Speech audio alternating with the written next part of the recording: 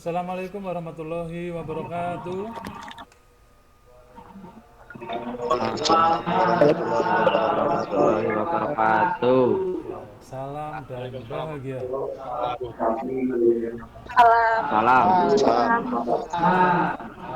Ya, bagaimana kabar kalian hari ini? Alhamdulillah baik. Nah, oke, alhamdulillah baik ya. Alhamdulillah, syukurillah. Ya, Pak Manto juga alhamdulillah sehat walafiat. Eh, Semoga kita semuanya Alhamdulillah. selalu diberikan kesehatan, sehingga kita bisa menjalani aktivitas kita dengan penuh semangat.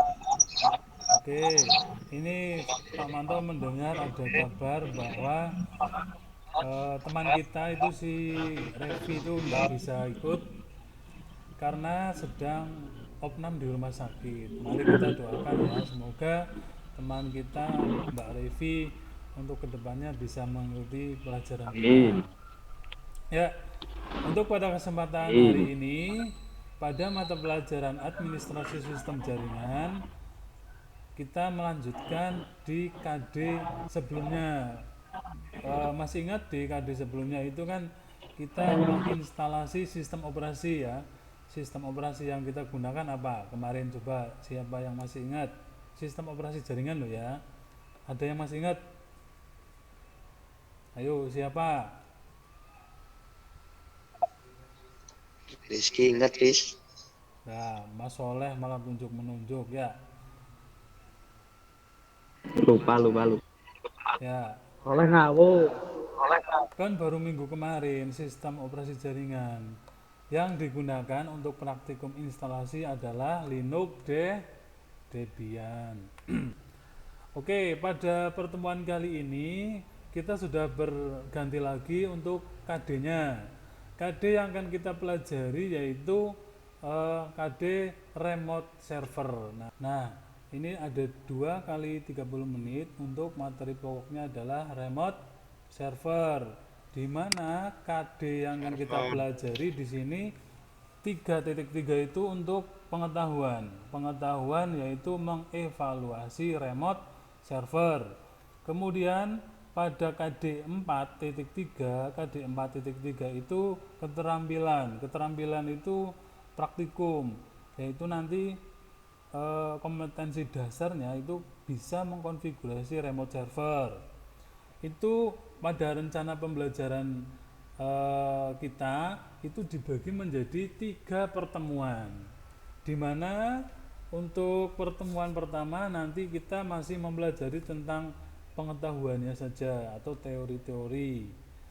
Kemudian untuk pertemuan berikutnya yaitu pertemuan kedua itu sudah mulai masuk ke instalasi.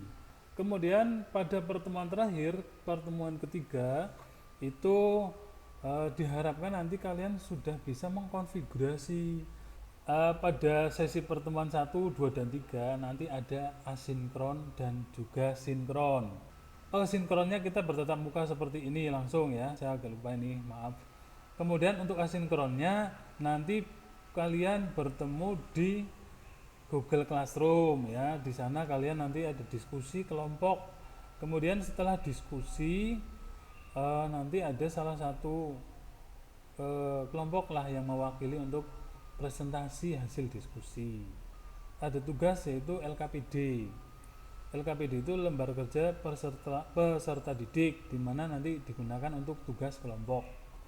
Nanti salah satu perwakilan saja dari kelompok yang mengumpulkan atau mengupload hasil diskusinya atau tugasnya.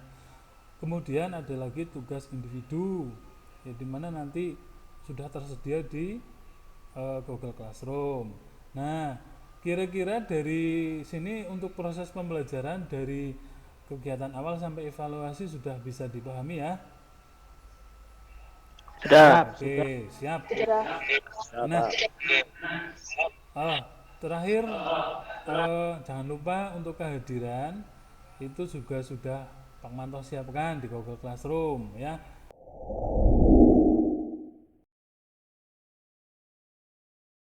Setelah melihat atau membaca tulisan remote ini, kira-kira kalau dalam materi remote server, apa sih yang ada di benak pikiran kalian setelah membaca dan mendengar apa itu remote server?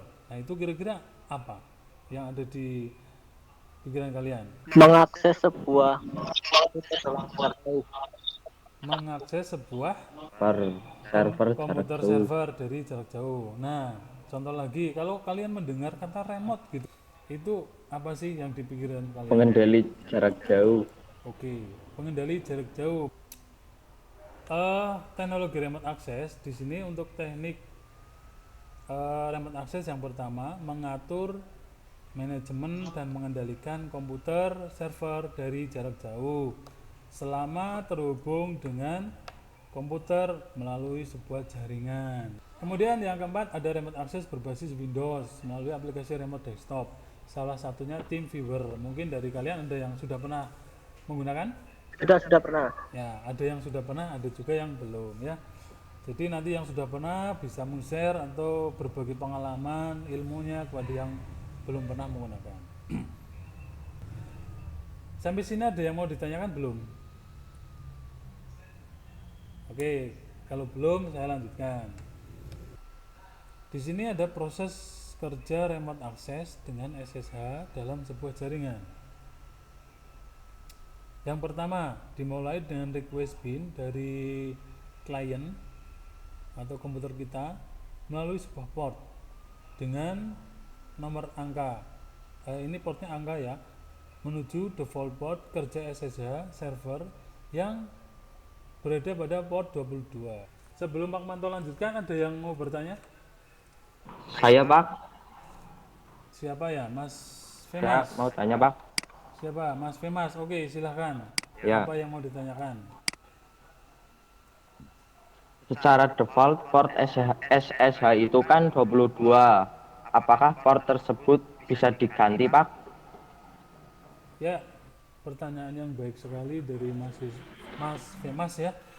Jadi portnya kan 22, apakah bisa diganti? Nah, sebelum Pak Manto menjawab, dari kalian ada yang bisa menjawab? Kira-kira dari kalian? Halo? Saya Pak.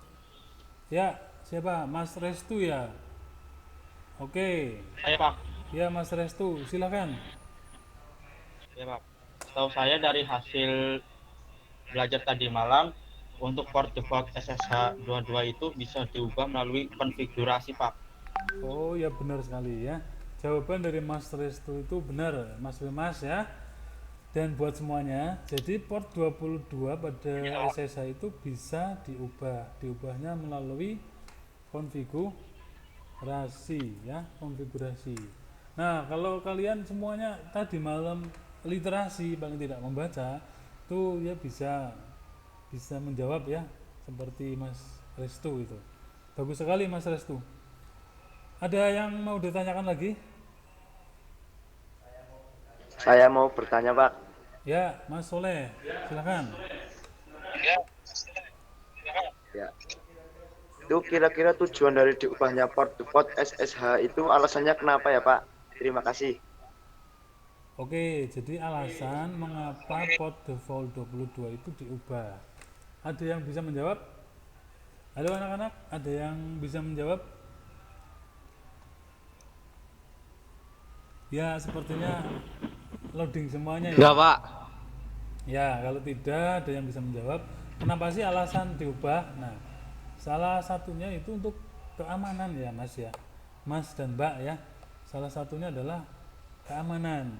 Karena port 22 pada SSH secara umum sudah diketahui banyak orang atau banyak IT networking ya.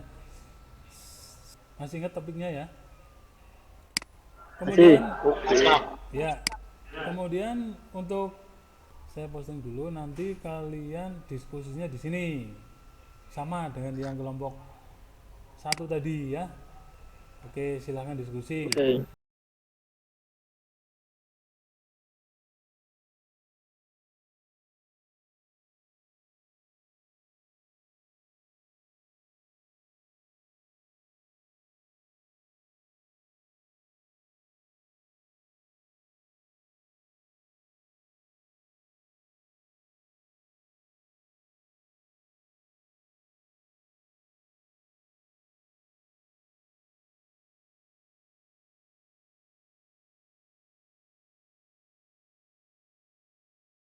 Ya, kita lanjut di sesi sinkron berikutnya. Jadi setelah kalian diskusi tadi adalah presentasi ya, atau salah satu dari kelompok mewakili untuk presentasi. Sebelum kita lanjut ke presentasi, Pak Manto akan mencoba mengecek atau mengetes konsentrasi kalian. Oke? Ada aba-aba dari saya untuk kalian. Ya, lihat baik-baik. Oke, silakan ditirukan.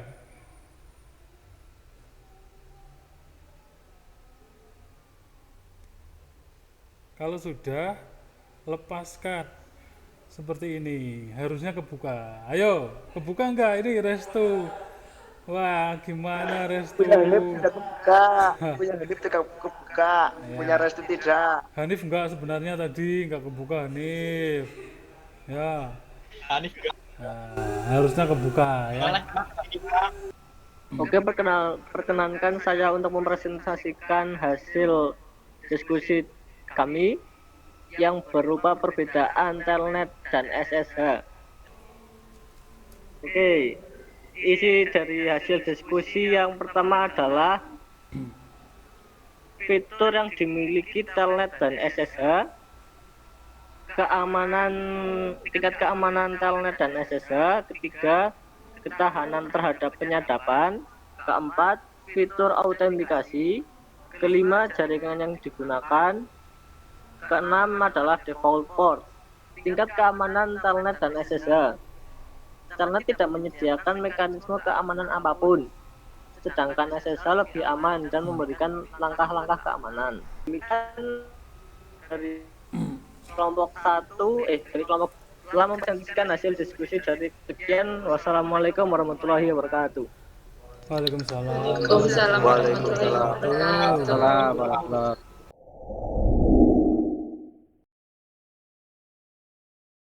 Untuk materi konsep remote access ini sudah cukup. Jadi sedikit untuk kesimpulan, metode remote access itu yang kita bahas pada materi kita hari ini, yaitu ada telnet dan SSH. Namun kita lebih fokus ke SSH. Secara default port SSH yaitu 22, sedangkan telnet yaitu 23. Untuk lebih keamanan lagi, itu bisa diganti ya. Yang tadinya port 22 bisa diganti portnya dengan angka yang kita inginkan. Untuk berikutnya mungkin ada refleksi perwakilan saja dari kalian, silakan. Ya. Saya Pak. Siapa Mbak? Mbak Rizky. Oke, silakan Mbak Rizky.